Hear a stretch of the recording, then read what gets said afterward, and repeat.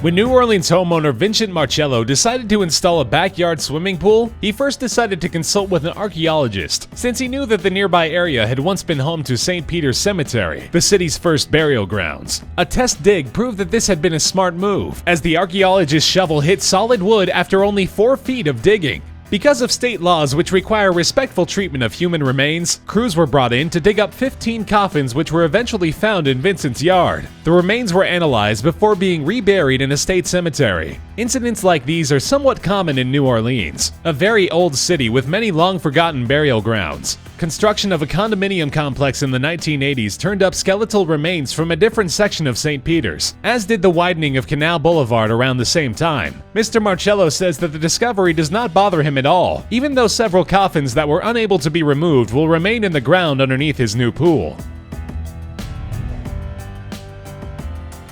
During the early years of the Cold War, it was quite common for American families to build backyard fallout shelters to protect them in case the missiles flew. Many of these shelters, forgotten for decades, have been recently rediscovered by homeowners. In Wisconsin, one family noticed a circular steel hatch in their backyard, but didn't investigate for over 10 years. When they finally did, they discovered a bunker packed with enough food, clothing, and medical supplies to sustain a family underground for weeks. Even though 5 feet of water had seeped into the bunker, the supplies were packed in airtight containers and were very well preserved. A California couple made a similar discovery 15 feet beneath the surface of their new backyard. This bunker, built by hand by a previous homeowner, was even more well preserved and contained sleeping quarters for 4, a water tank, and an air filter that had to be cranked by hand. And in Tucson, Arizona, a Reddit user discovered a fallout shelter built in 1961 by a local pool company buried behind his home. The bunker, made of concrete with a fiberglass dome roof, was empty and appeared to have been intentionally sealed off. The homeowner posted several pictures of this relic from the past and said that he intends to restore it to its former glory.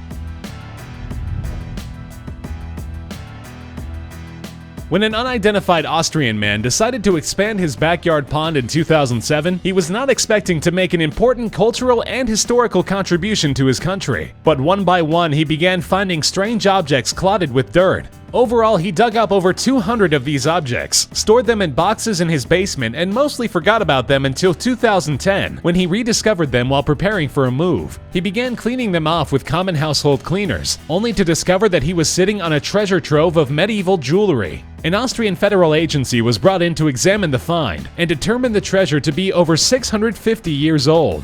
The objects found included brooches, rings, ornate belt buckles, and gold-plated platters, with many of the items being encrusted with jewels, coral, or pearls. The finder has remained anonymous, and the federal agency would only say that the objects were being evaluated for their worth, and that the finder remains the sole owner of his discovery.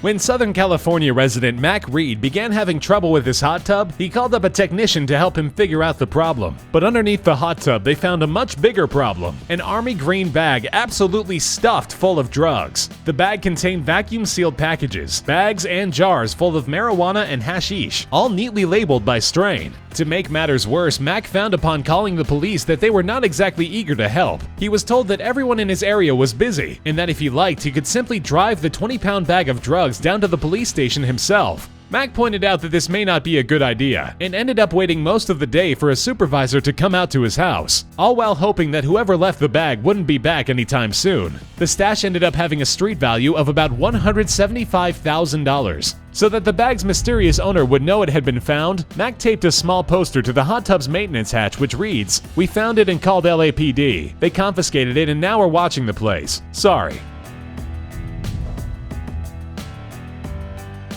An unidentified Northern California homeowner set off a mini gold rush in 2011 with his backyard discovery. Using nothing but a metal detector and pick, he unearthed gold nuggets on his property weighing 4 and 10 ounces. But that was just the beginning. The man's next find was an enormous 8.2-pound nugget, at which point he decided it was time to call a geologist. While the man's identity and location have been kept secret from the public to avoid the possibility of invasion by modern-day claim jumpers, geologists have since checked out the area. It is thought that the property where the giant nugget was found may have been home to a sizable gold deposit, and that the homeowner may have since sold the property for more than $1 million.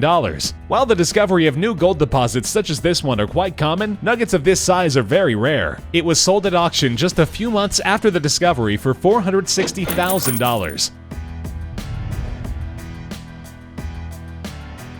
Ohio resident Adrian Ayers sadly made his backyard find while digging a burial plot for the family cat. He happened to dig in just the spot where a small wooden box was buried, only a couple feet below the surface. But this was no buried treasure. Inside the box were several bullets and 5 3/4 sticks of dynamite. Adrian immediately called the bomb squad, and though the material did not appear rigged to detonate, police evacuated 2 square blocks around the area as a precaution. Authorities were able to remove the explosive material and transport it to a neighboring county to be disposed of. Even though the discovery ended safely for everyone involved, Mr. Ayers is still left with the mystery of how the deadly package ended up in his backyard. Police have not followed up with him or released any public statement about his find.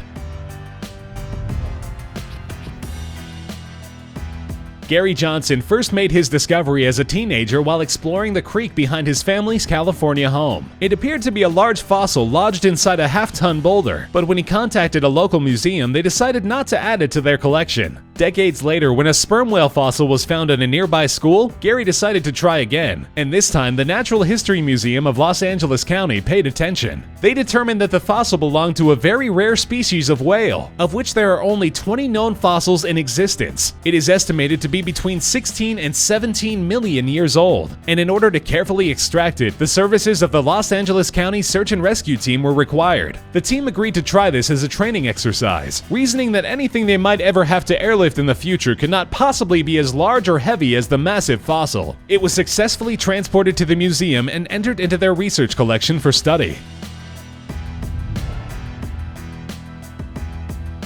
Illinois resident Wayne Sabaj got a big surprise while picking broccoli in his garden in 2011. Buried in the soil were several bags of cash containing a whopping total of $150,000. Sabaj reported his find to local authorities, but the story only gets stranger from there. Sabaj was told he'd have to wait for 1 year to see if anyone came forward to claim the money, and during that time 2 claims were filed, one by the owner of a local liquor store, who claimed to have been robbed of that exact amount, and one by Wayne's elderly neighbor, Dolores Johnson. Ownership of the cash was settled in court, and while the liquor store owner's claim was found to be without merit, Mrs. Johnson's daughter was able to describe the container the cash was in and the method by which it was bundled. According to court records, Mrs. Johnson told her daughter that she had gotten rid of the money because it was cursed. To this day, nobody is sure exactly where the money came from or how it came to be buried in Wayne's backyard garden. But claims of a curse might not be so far-fetched. A week after being awarded half of the cash by the court, and while waiting for his payment, Wayne died from complications related to diabetes. An anonymous couple made a mind-boggling discovery on their property in Northern California's gold country. They noticed a decaying canister sticking up from the ground and dug it up to find what looked like dozens of dirt-caked discs. But when they were washed off, the couple discovered that they had stumbled across the biggest stash of gold coins ever found in the United States, 1,373 coins in all. The perfectly preserved coins dated from the 1890s and had a total face value of over $27,000. But they are worth much more today, with an estimated value of around $10 million. About a third of the coins were found to have never been put into circulation, and these were in especially pristine condition. Investigators and historians poured hours of research into trying to figure out the origin of the treasure, but have been unable to do so. While the couple kept a few of the coins as keepsakes, they did not seem interested in becoming rich from their find, and only sold off a portion to donate to charities in their area. In 1978, a group of kids digging around in a muddy yard hit what felt like the roof of a car. Police were called and crews were dispatched to investigate the find, which was even more unusual than it seemed at first. It wasn't just any car the kids had discovered buried in the yard of a Los Angeles home. It was a metallic green Ferrari Dino 246 GTS, a car prized by collectors with a value of nearly $70,000. The car was found to have been reported stolen in 1974, even though neighbors had reported no strange activity in the area at that time. The thieves had apparently managed to completely bury the vehicle after wrapping it in plastic and stuffing towels into the intakes and exhaust pipes. The thieves' attempts to preserve the car didn't work as they had planned, and although its body was in terrible condition after being buried for 4 years, it was eventually sold by the insurance company to a young mechanic who managed to restore it. It's now registered with the California Department of Motor Vehicles with an appropriate vanity plate that reads "Dug Up."